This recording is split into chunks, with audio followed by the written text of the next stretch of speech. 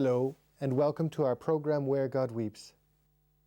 Sudan is the largest country in Africa, and one which has suffered a cruel civil war.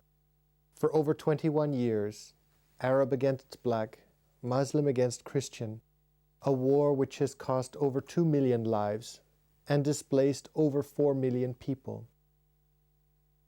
A peace agreement was signed in 2005, although conflict still rages in Darfur, a region the size of France.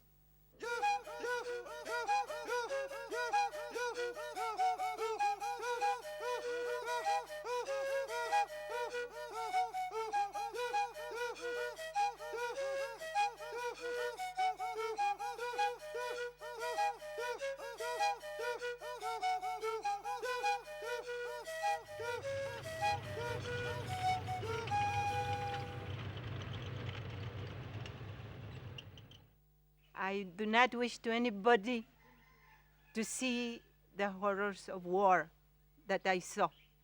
And I still feel that the consequences of war are a disaster, not only for the country that is at war, but for the whole of humanity. We all are part of each other.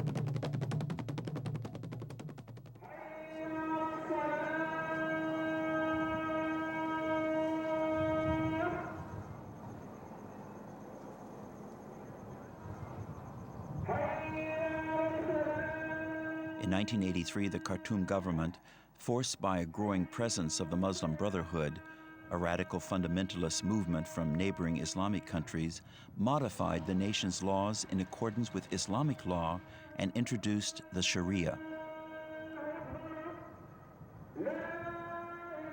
In addition to the construction of mosques and Islamic schools through the Department of Religious Affairs, a program of indoctrination was introduced, particularly in the social and educational fields.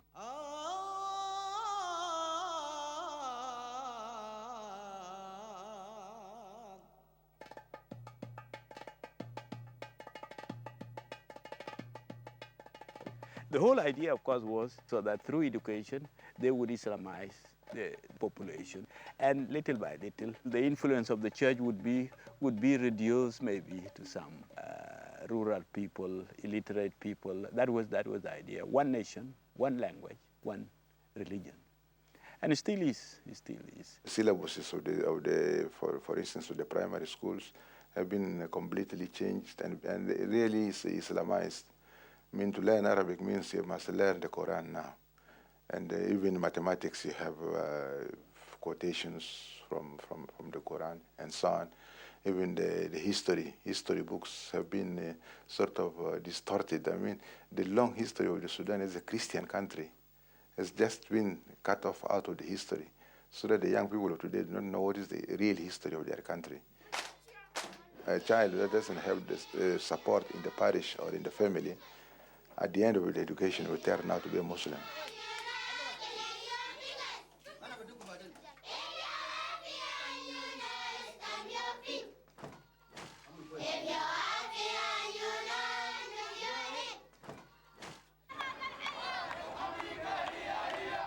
Soon, however, re-education through books was overtaken by the greater threat of re-education by force, as evidenced by the increasing flow of weapons from neighboring Islamic countries to the Sudanese government.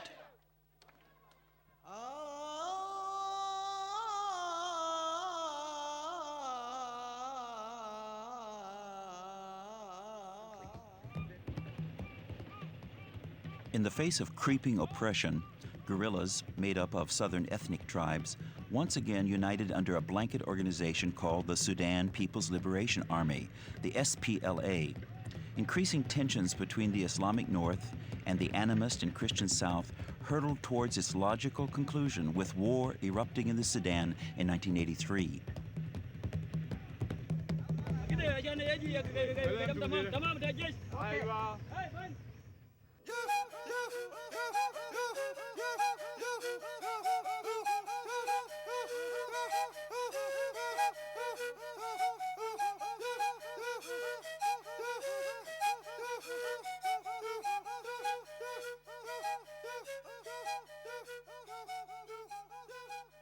The regimes in Khartoum, and especially the current regime, has always been bent on making Sudan a country which is Islamic in religion and Arab in culture. So wherever all these troops of the government went, they also went as missionaries, evangelizers of the Muslims to convert everybody, including Christian, into Islam.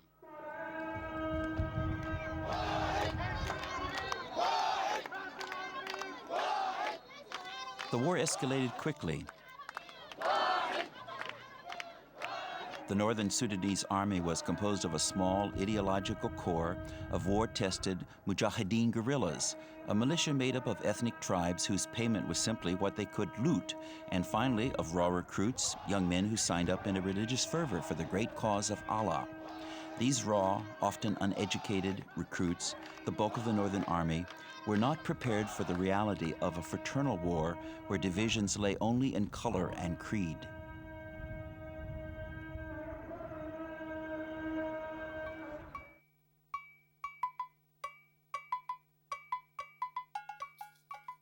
Suddenly, for the approximately 8 million predominantly poor cattle herders of southern Sudan, the daily difficulty of existence was compounded by the human misery of war.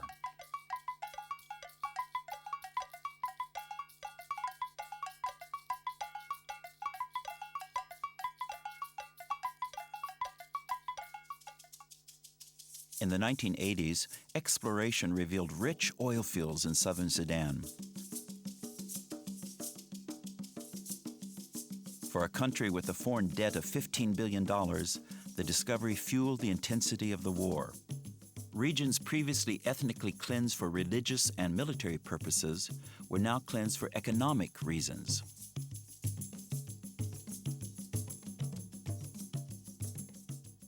We were evacuated from that place that I call Nial, because there was a voice, an alarm, that the Arabs were coming towards our place. And all NGOs, UN, UNICEF, FAO, COSB, and many others, Rada Barnard, and so on, and we ourselves, the missionaries, we were evacuated. We were given just 20 minutes to evacuate. They really destroy everything. Everything comes to ashes. The government is trying to cover all these places and distribute to different companies. As you can see here, Total, FINA, and CNPC from China, OMB from Austria. And there are legions of nations establishing their embassies in Khartoum for the sake of oil. This will prevent the dealing of peace.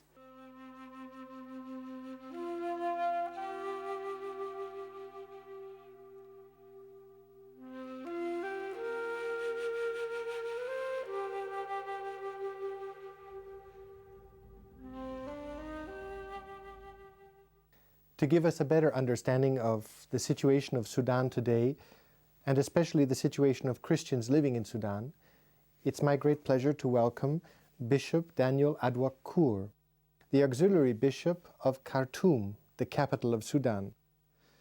Bishop Daniel, thank you for being here with us today. Thank you.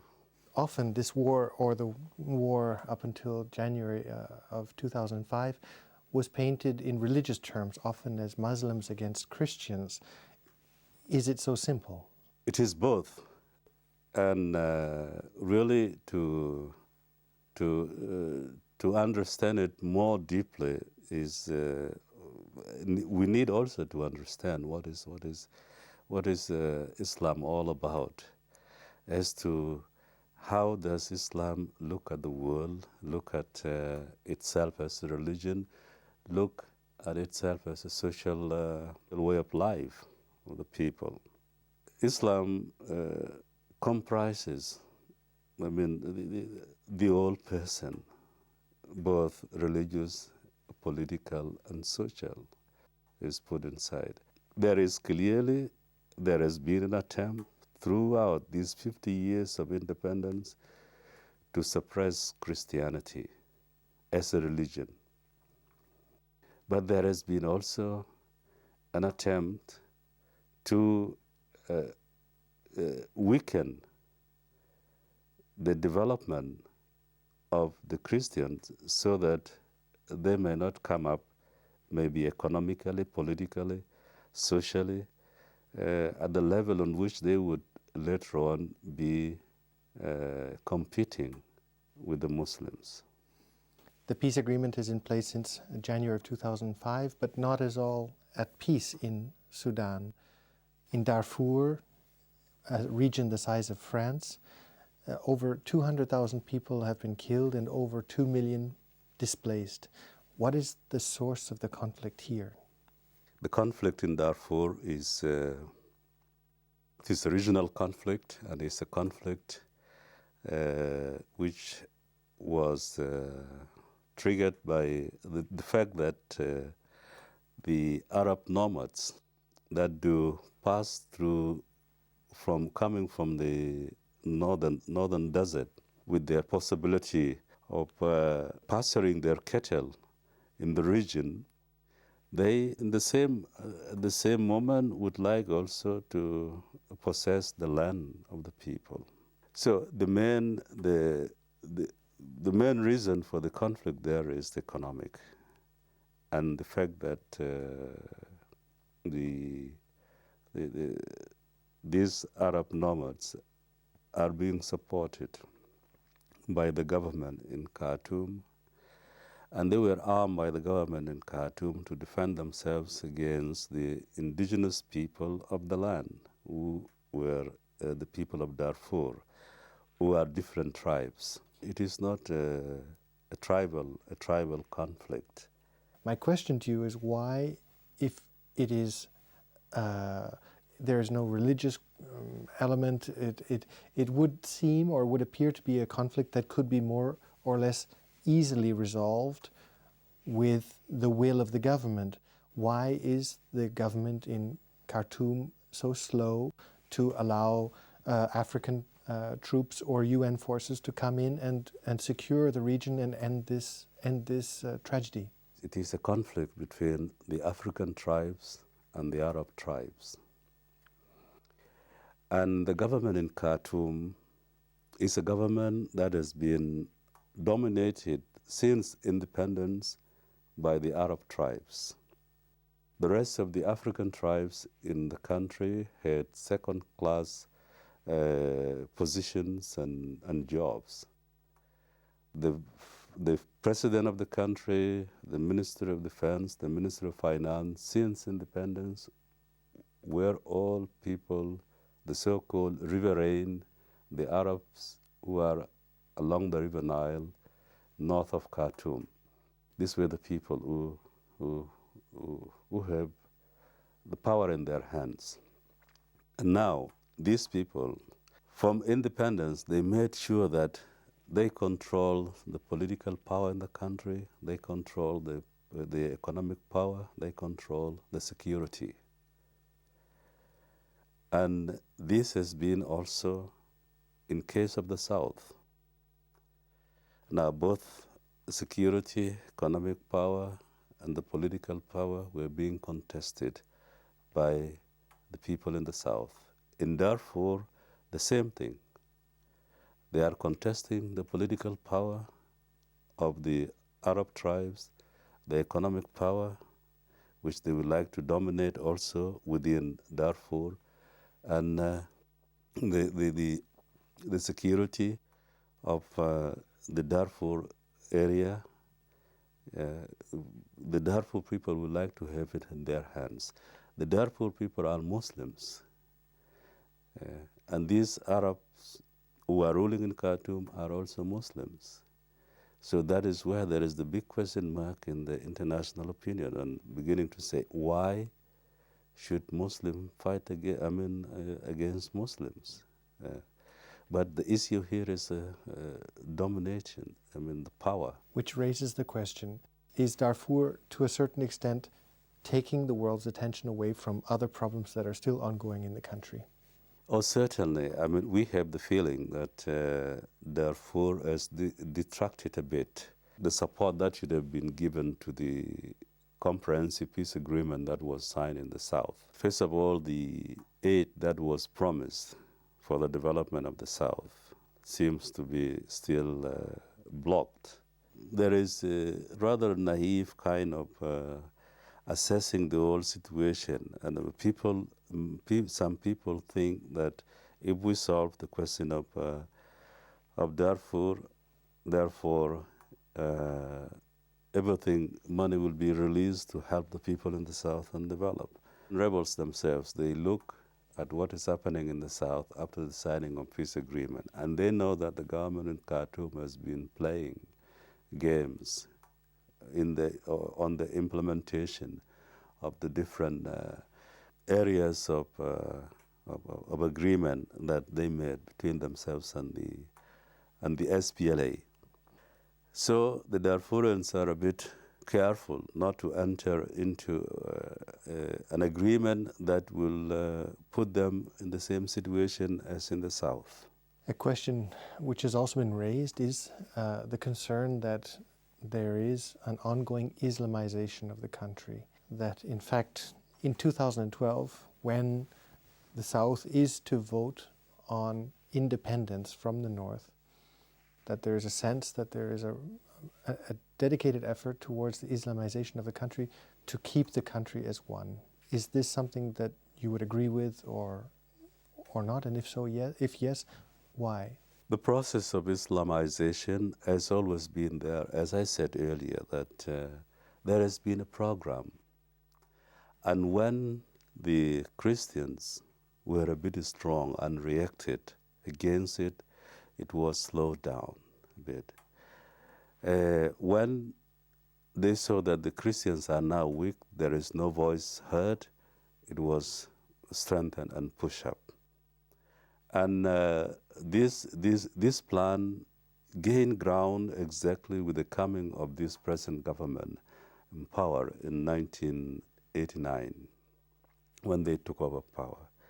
Their main objective was to strengthen the process of Islamization in the Sudan, and for that matter, move into the interior of Africa through Uganda, Kenya, Ethiopia, Zaire, Central Africa.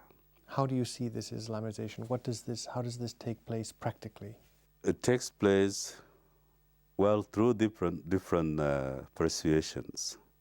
Politicians are lured into big wealth, and if they are Christians, they are asked to keep their Christian names, but internally they profess Islam. One simple case is that of governors who are governors, or people who were made governors in the South.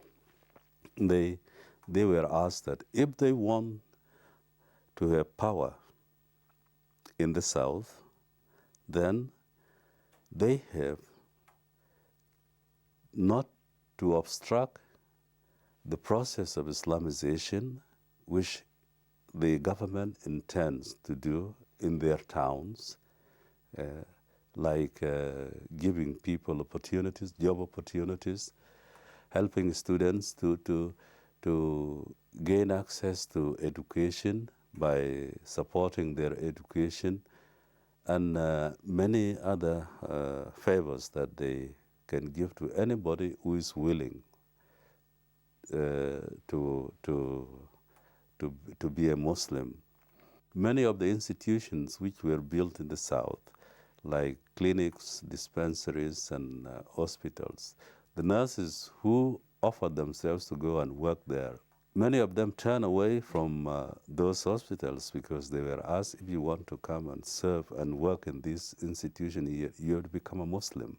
So it is attracting each and everyone to be, I mean, to get a good job, or to have a scholarship to do either university or college education, being paid through this money from the Islamic Dawah. And this money is coming also not only from within Sudan, but also from other countries, for example, Saudi Arabia? All the money has always come from the Gulf countries, Saudi Arabia and the Gulf countries. And it is a program which is known, it is a program which is open. You are the Auxiliary Bishop in Khartoum. You face these daily challenges of sufferings of the war, the consequences of war, and now the struggle within this environment. What would you say is your greatest suffering in your day-to-day work?